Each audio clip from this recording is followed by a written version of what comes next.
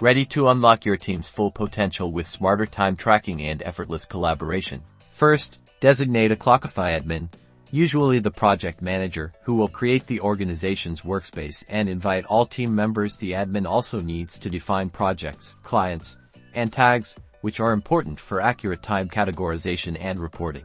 To invite team members, navigate to the Users section, click Invite Users, enter their email addresses, and assign them appropriate roles like user, admin, or project manager to manage permissions. Now, let's set up projects. In the Projects section, click Add Project, give it a clear name, select a client, and assign team members to the project to give them access. Encourage your team to start tracking time on each task as soon as they begin working on it. Always make sure the task description is clear and specific, and the correct project and tags are assigned. Clockify's reporting feature is your best friend when it comes to tracking progress, identifying bottlenecks, and optimizing resource allocation. Regularly review the reports to gain valuable insights and make data-driven decisions. Promote transparent communication by encouraging team members to discuss their track time, any challenges they face, and progress updates during team meetings. This fosters a culture of accountability and shared responsibility.